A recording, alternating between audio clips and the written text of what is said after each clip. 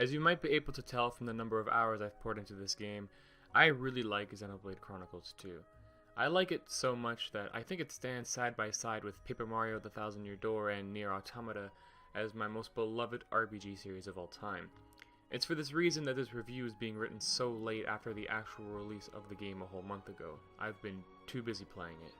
The game has gotten some mixed reception, with some people loving it and some people hating it, but there are legitimate reasons for both perspectives. As an experience, Xenoblade Chronicles 2 was near flawless, but as a game reviewer, I will put aside my bias to point out flaws whenever I see them, and that includes the story.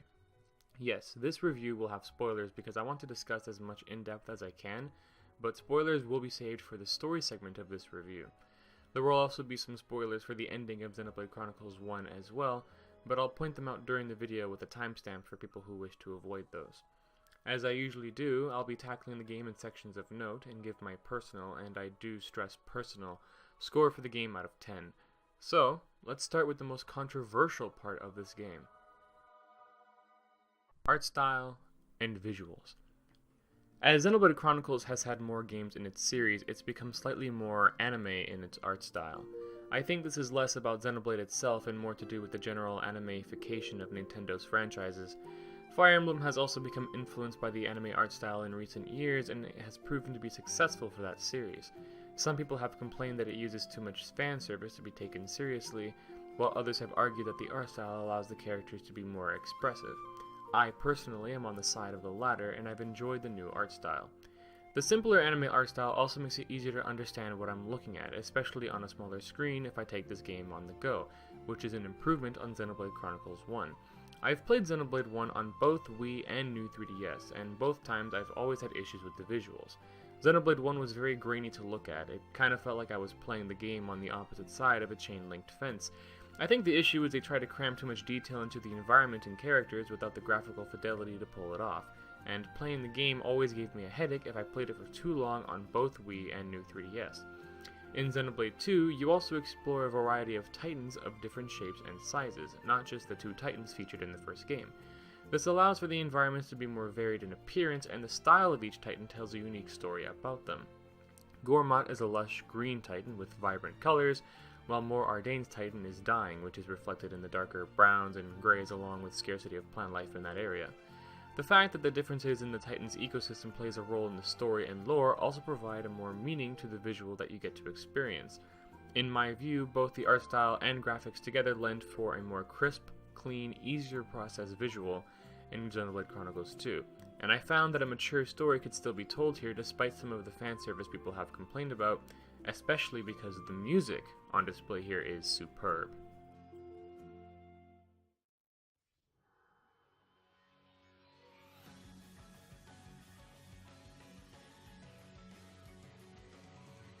Audio/OST. Xenoblade 1 and 2 both have pretty fantastic music. In both games there were slow tunes for more breathtaking tranquil environments, and upbeat tracks for higher stakes battles. Both games do suffer from an unfortunate but unintended issue. The gameplay is so in-depth that you'll spend so much time focusing and micromanaging every resource at your disposal to truly let the music sink in. The music is best appreciated if you put some time aside to listen to the soundtrack outside of the game. That said, the music here is fantastic and represents the worlds they inhabit very well. There are multiple standout tracks from the game, but it is how this music is used that is key to the impact. At the end of Chapter 3, there is a cutscene where Rex faces off against the antagonist in a small skirmish, but the enemy gains the upper hand even when help arrives. Stakes and tensions are high, so you might expect a high-paced action theme to accompany the battle. Instead, this song plays.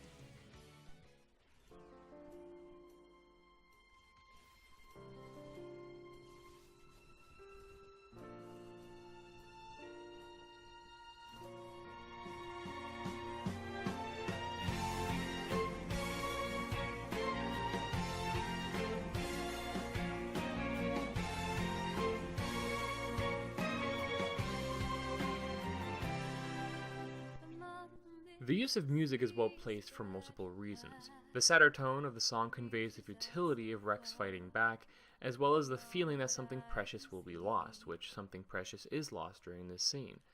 But it also acts as foreshadowing for one of the other characters. In a later chapter, a character has a revelation while this song plays in the background, and you realize the link between the two cutscenes.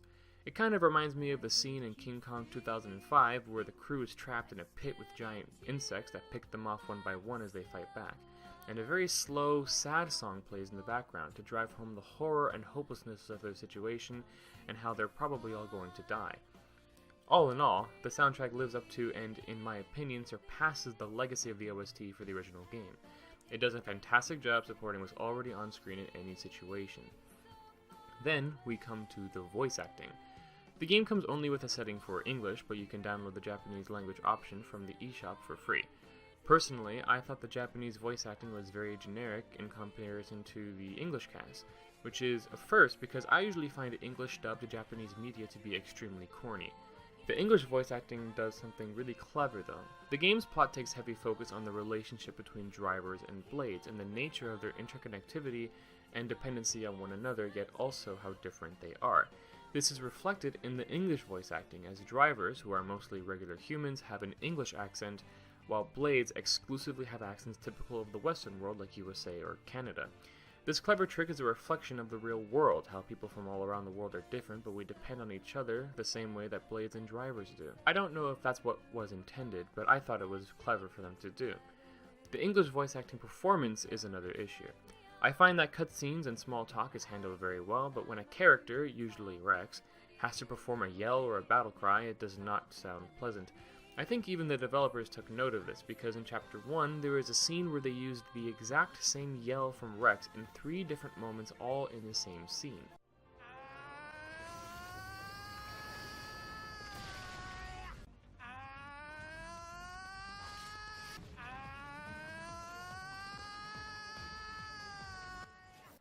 I suppose that was the best they could muster. Besides that, the English voice acting is serviceable, but the balance of audio isn't. I had a very difficult time hearing the characters' voices over the music, even when turning the cutscene voice audio slider all the way up. It's not horrible because the music is great, but more care should have been taken to make sure the music didn't overpower the characters' voices. However, music is only as strong as the gameplay it accompanies, and if that's no fun, a good soundtrack falls on ears of disappointed players. Gameplay experience and performance. The main aspect of this game, as I mentioned before, is the connection between blade and driver. A blade carries with it certain abilities and effects unique to that blade, and a driver expresses that blade's powers through the usage of arts, which are like spells or skills in any other game. This might sound like all the important stats are attached only to the blade, but drivers all have different abilities when paired with different blades. You can have 3 blades equipped to a driver that isn't Tora, but only 1 blade active at a time. This approach is definitely better than Xenoblade 1, because in that game you were constantly cycling through a long list of abilities, whereas in this game everything is ready with a click of a button rather than scrolling. Each blade has 3 skills, so with 3 blades per driver, you have 9 skills to account for, but it never quite feels that way because of the way the HUD is structured, which is clever and takes up as little room as possible. Like the first game, you can break and topple enemies to put them in a state of helplessness, but this game adds launch and smash to that equation after toppling your foe. This state of break into topple, into launch, into smash is called a driver combo. If you finish it in its entirety, the opponent will drop some handy items for you in addition to the items that they drop when they're defeated. It's very difficult typically to perform a 4-piece sequence for a driver combo all on your own, so you'll have to rely on your AI-controlled allies to help take part in at least one of those 4 pieces of the driver combo. Luckily, the AI is pretty good about taking part in a driver combo as soon as they can, but it can get in the way of a blade combo. Blade combos, when unleashed correctly in a sequence of level 1, 2, and 3 specials along with the right combination of elements, attaches an elemental orb to the opponent that can be destroyed for massive damage during the start of a chain attack, which is basically a super team move. However, in my experience, the AI tends to prioritize driver combos rather than blade combos, so your AI companions might refuse to switch to the right blade for you to switch to a blade combo, but if you switch to another blade for a driver combo... Now let me stop right there because I am 100% aware that if you've never played this game, a big portion of what I said just went right over your head because, yes, this game is very complicated. At first it seems really simple, and almost plays itself with the simplicity of the first 4 to 10 hours of the game. However, more and more detail gets tacked on, and eventually the combat evolves into something extraordinary. There's a moment where everything will click and you'll understand how diverse the combat is, but the best part of that is the style of combat is totally up to your imagination. You can run a team of healers along with items to fill the party gauge, so you can be at full HP all the time, and even if someone dies, you've got party meter to resurrect people. You can run all damage with healing on critical hits. There's lots you can do. I've heard some people say that they don't like the simplicity of the combat 20 hours into the game, but that it was better than it was at the 10-hour mark. This is both good and bad. The game is good about introducing mechanics to the players at a pace most can digest it comfortably, but only for those willing to put in the time. For a lot of people, if a game doesn't hook you in the first 10 to 20 hours, especially an RPG which are known to be super long, they may not bother to see it through. The progression of the combat is pretty heavily tied to your progression in this story, so if you take time to do one of the many side quests, mercenary missions, or go farming for materials, you're only going to be slowing down the evolution of the combat by taking time off of the main story. So even though quests have their own flair and good rewards, you might feel a sense of urgency to stop goofing around and stop doing them in favor of continuing the story, which is a shame. Now I want to talk about the game's performance. The game has a bunch of kinks in it, there is no getting around that. Combat can get laggy, especially in areas filled with detail or when special attacks kick up a lot of particles that obstruct the camera. Another issue is that texture fade-in is very noticeable. You can teleport from place to place using waypoints on your map, but once you've spawned, it takes about 5 seconds for all the textures to properly load in, which can definitely break immersion. I have a really weird opinion on this though. I played a lot at MMOs as a kid, and for anyone who's played an MMO will tell you, they all suffer from issues like frame rate or texture fade-in. Xenoblade 2 reminded me a lot like classic MMOs I used to play as a kid, like Perfect World or World of Warcraft, so the slow texture fade-in was a strangely nostalgic element of gameplay for me and actually added to the experience. Now, I totally don't expect people to agree with me on this, and it's a completely subjective point, so I will be deducting points from Xenoblade Chronicles 2 for this. The next point of discussion I have no positive feelings for at all. Interesting, not too many people experience this issue as dramatically as I did, and that issue is game crashes. The game has crashed maybe once for most people who have experienced a crash at all, but for me, I have experienced a grand total of 5 game crashes. 5 of them. The first 2 times it happened, I lost an hour's worth of playtime, so that sucked, but what made it worse was the paranoia that followed. Due to this, after doing any little thing or before teleporting, I would save the game. This did not lend for a fun time. Sure, the game itself is a ton of fun, but constantly worrying that the game was going to black screen on me was not pleasant. I noticed that a lot of game crashes happened when teleporting from place to place, which I think explains why the texture fade-in is so extreme. It was probably to try to reduce instances of the game freezing or crashing. However, I did have a crash just walking around without teleporting, so I don't know what the deal is with that. Maybe 5 crashes throughout someone's playtime is a bit extreme because I'm certain most people didn't have that many crashes, but it happened to me and hindered my experience, which was a huge disappointment. On that note, let's contrast the most disappointing part of this game by talking about the best part of this game. Story/characters. This is it. This is the big reason you stick around. The story is simpler than Xenoblade 1, and the characters usually don't have as dramatic of a backstory, but the characters themselves are just fantastic. All of them are realistic, all of them have goals and personal grievances that they have to overcome. Every character has, at some point, an arc dedicated to them and their development that affects them or steals their resolve. Even though this is a Nintendo game, the characters do regular human things like swear or have small talk, which seems like a small thing at first, but it plays a large part in humanizing these characters and making them feel believable. Xenoblade 1 featured heavier plot lines for each individual character in your group, but the characters themselves were all pretty generic goody two-shoes in comparison to the cast of the sequel, with the exception of Ryan and Ricky. There are things called heart-to-hearts throughout the game that let you see the characters interact to build trust, and these are super helpful in fleshing out the personality of these characters. It's been an incredibly long time since I've grown so attached to characters on this level, and it speaks volumes to the storytelling in Xenoblade Chronicles 2. The story's main character is a boy named Rex, living in the realm of Allrest. Allrest is mostly a sea of clouds, but there are titans that float on the cloud sea surface that people make their homes on top of.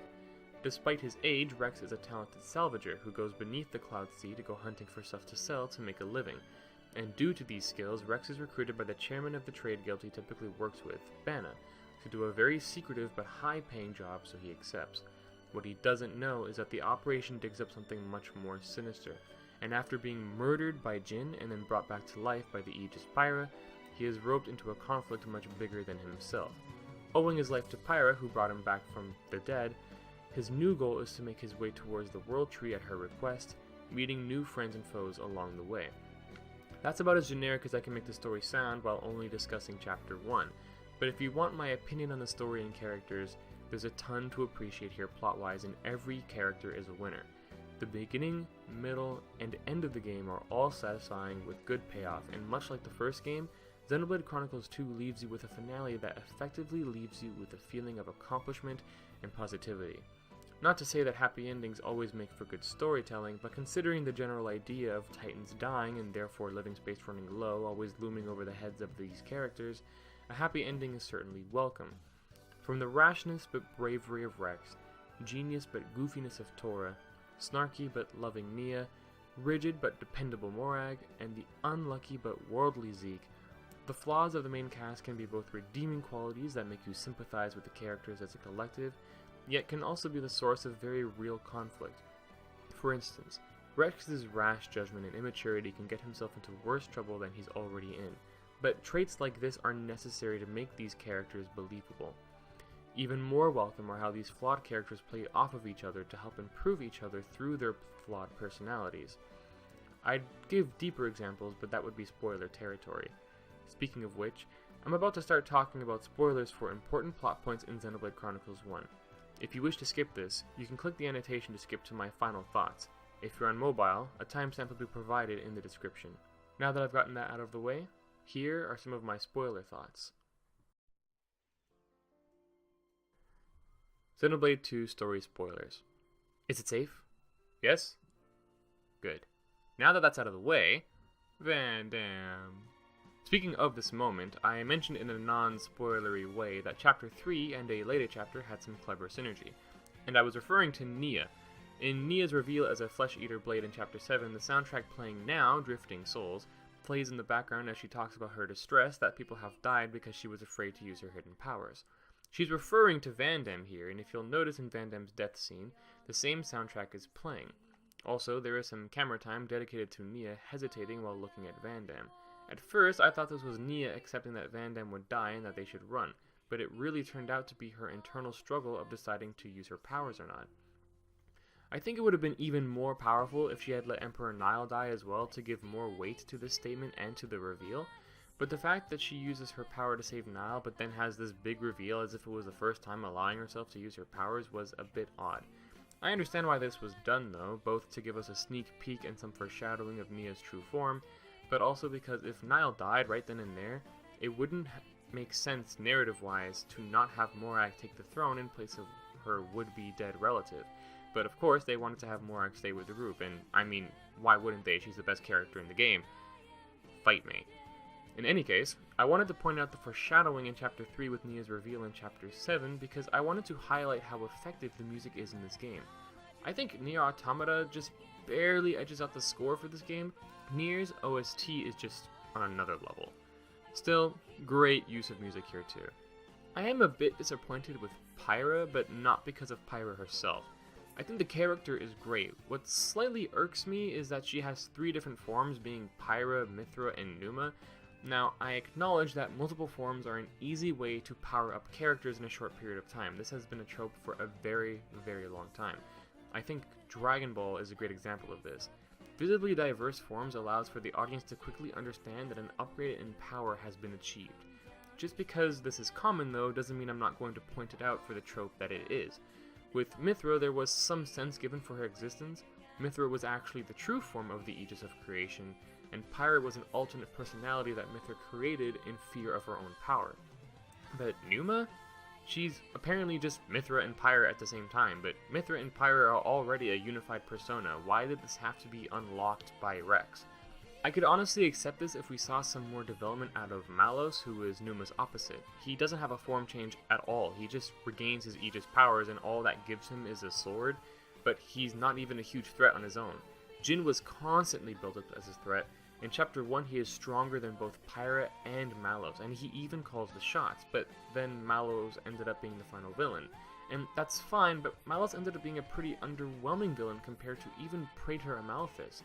It's even implied that Malos is only as evil as he is because of Amalthus' influence, since he was the one who awakened Malos' core crystal.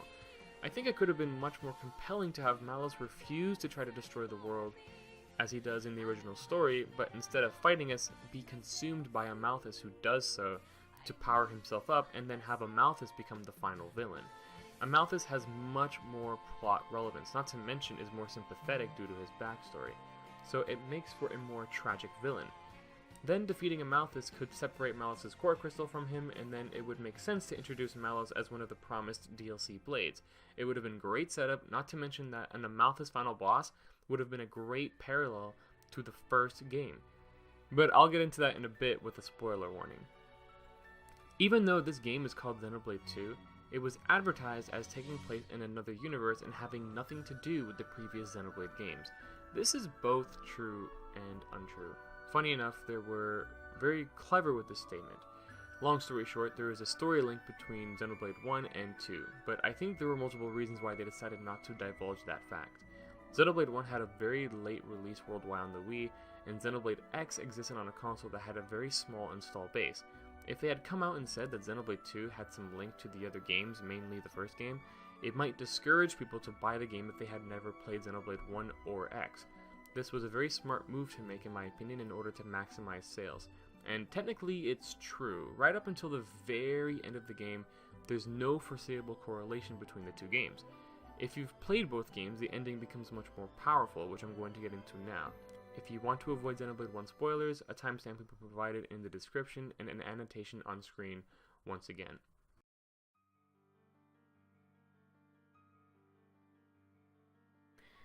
Xenoblade 1 spoilers.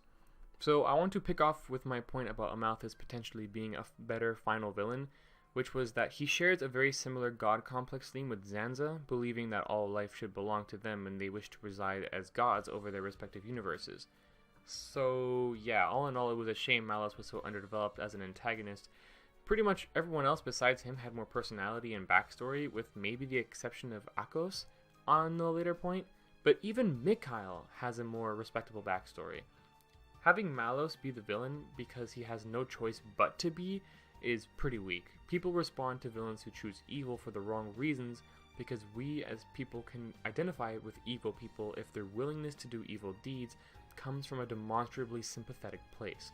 Jin is a perfect example of a villain who did bad things for sympathetic reasons, and we, the player, identify with him more heavily, and this is why when Malos and Jin are on screen together, the plot almost has no choice but to let Jin steal the show.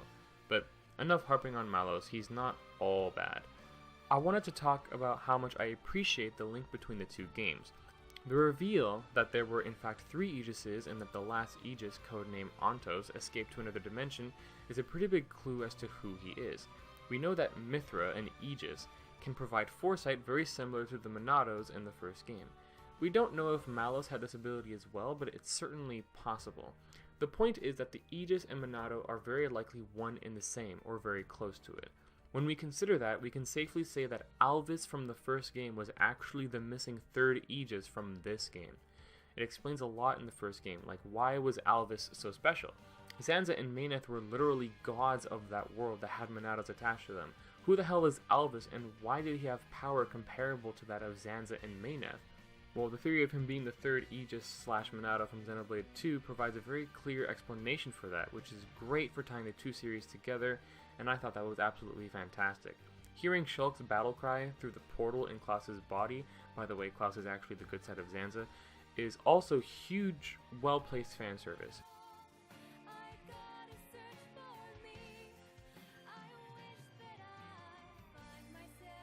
Today, we use our power to fell a god, and then seize our destiny!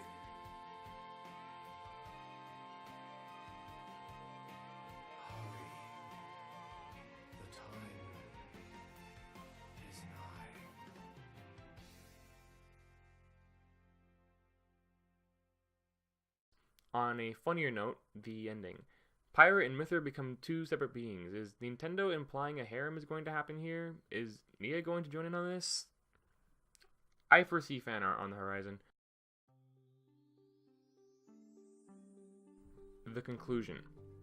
Anyway, it's been a blast, and the script ended up being much longer than I expected, so I'm going to end with my final thoughts and my score. Xenoblade 2 is a fantastic game that should not be passed up. I'm honestly very tied whether Xenoblade Chronicles 2 or The Legend of Zelda Breath of the Wild was my top game of 2017. It was that good. Mario Odyssey will prove to have more longevity in the minds of most gamers, but I personally love Xenoblade 2 even more. Just my personal opinion. As I said, Xenoblade 2 was one of, if not the most impressive RPGs I have ever played.